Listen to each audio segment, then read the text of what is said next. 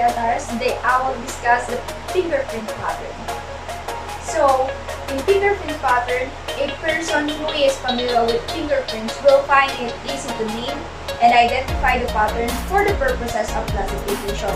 But those who do not have idea of the fingerprint pattern will need some explanation in order to see a clear picture. So, to an ordinary person, a fingerprint seems to be a puzzle to decipher a pattern when it is presented to him. But those who do not have possessed the basic knowledge of pattern interpretation will not waste so much time in designing a name for every pattern. So, with this familiarity of friction rate design, we have come to know that there are only three general groups of fingerprint pattern. Each of these group or family may have the same characteristic or resemblance, which this resemblance of patterns may be further divided into subgroups or types. So in fingerprint pattern, there are three categories of fingerprint, and these fingerprints are made up of ridges. Each ridges contains arc, loop, and whirl. First is the arc.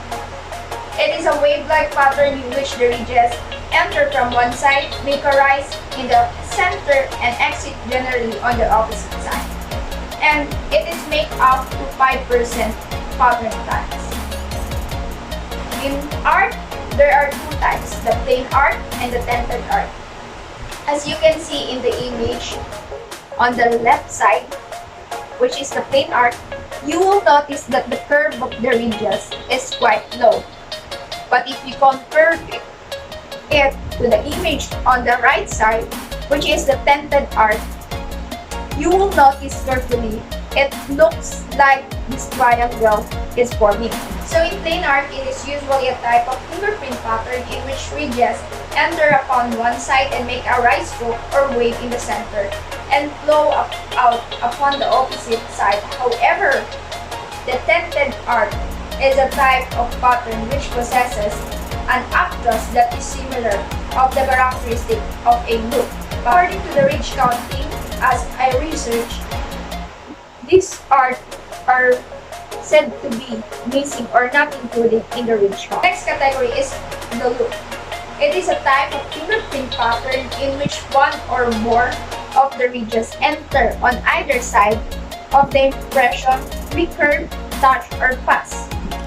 An imaginary line drawn from the delta to the core, and its terminate or tends to terminate or on toward the same side of the impression from where such ridges or ridges enter, and it makes up the 60% of frequency of pattern types. In a loop pattern, there are four elements to be considered.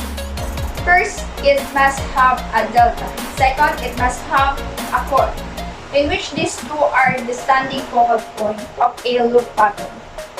Third, it must have recurving ridge that passes between the core and delta. And last, it must have ridge count of at least one. And this loop is further classified into two types, the radial loop and the ulnar loop. What is radial loop? A radial loop is a finger pattern that has a downward slope or slanting of the ridges towards the direction of the thumb, either to the right hand or the left hand. And it composed of 6% of the pattern types. As you notice in the image, the direction of the loop is pointing to where the thumb is directed. So that direction is used for blocking the radial loop in fingerprint classification. And what is the ulnar loop? Ulnar loop, it is the term of ulnar, came from the Greek word or term ulna, which means little finger bone. So this is a type of fingerprint pattern where the direction of the ridges flows toward the little finger side of either the right hand or the left hand. As I said earlier, you will notice if a fingerprint pattern is a radial or ulnar loop, based where a loop pattern is tilted. So in this image, you can see that slanting position of the loop pattern is toward the direction of little finger. And this is also used for blocking the ulnar loop pattern in fingerprint classification. So there are other types of loop. The plain loop. which is the ridges in this pattern, make a backward turn arranging themselves in the form of a hairpin or staple. Next is converging loops, which is the ridges of this pattern converge sharply to give the pattern a possible word-like appearance. Last is the mutant loop, which is the ridges of this pattern conform the explanation of the plain loop, but in addition, the loop bent over drops usually towards the delta. Last category is whirl. It is the tiny whirlpool and the ridges usually spiral and circular, and it makes up 35% of pattern times. There are basic elements that we must know in order to recognize the whirl pattern. First, it must have at least 2 or more deltas. Second, it must have complete circulating ridge. In whirl pattern, there are 4 types. This is the plain whirl, which has a symbol of W. Central pocket loop whirl, which has a symbol of C. Next is the level loop whirl, which has a symbol of D. And last is the accidental whirl, which has a symbol of X. Start with the plain whirl. In this fingerprint pattern consisting 2 deltas, or in which at least one ridge makes a turn through one complete circuit of 360 degrees. An imaginary line drawn between the 2 deltas must touch or cross at least one of the circulating whirl ridges within the pattern area. The only saying here or stated that the plain whirl should have at least circulating ridge that touch or cross by the imaginary line transversing between the 2 delta. For you to visualize the appearance of a plain whirl, there is an image here.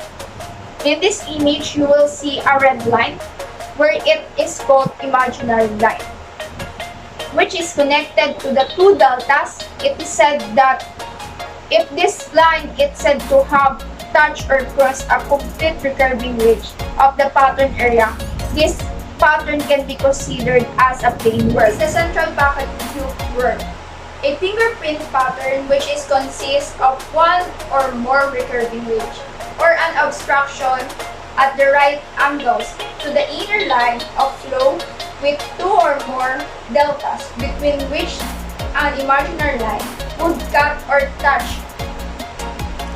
No recurving ridge within the inner pattern area. So this type of whirl has no circulating ridge within the pattern area that is touched or crossed by the imaginary line between the 2 deltas. So it is clearly stated that the pattern area between the 2 deltas does not touch or cross because it is far from the circulating ridge.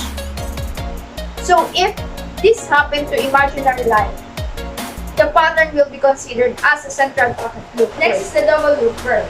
This type of whirl contains up 2 loop patterns inside the circulating ridge.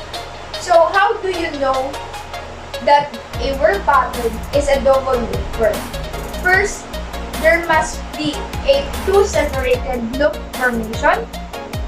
There must be 2 separate distinct set of shoulders, and there must be 2 or more core and deltas, which you can also see in the plain whirl, central pocket loop whirl, and accidental whirl. In double loop pattern, there are 3 types of core formation. First, the S pattern. It is a double loop formation where we just form 2 loops and form an S appearance between the 2 loops. So, if you see in the image, we have a recurve that recurves round again and recurves back. So, we have a kind of S shape here. Whenever you have an S-type pattern, are not considered as double loop. They considered as or classified as a plain whirl. Next is the interlocking type pattern. It is a double loop pattern and form opposite from each other and interlock its ridges. This type of loops is whenever we have set of recurves that interlock with each other. So notice here we have this recurve and it actually interlocks with this other recurve, not white, that is shape, that is interlocking recurves again. So when we have interlocking, we do not classify them as two whorls, but we instead is we classify as a twin whorl. And last is the twin loop.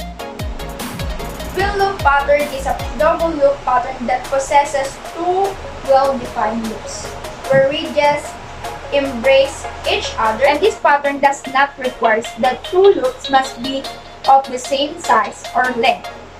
So for example, in FBI, the twin loop, they do not classify them as a double loop, but they classified as a plain loop. Last but not the least is the accidental whorl.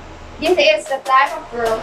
You will see two different patterns such as a loop and whorl within a pattern area, but with the exception of plain art with any other pattern. It is important you know and master these patterns because they have a lot to do with the fingerprint classification formula.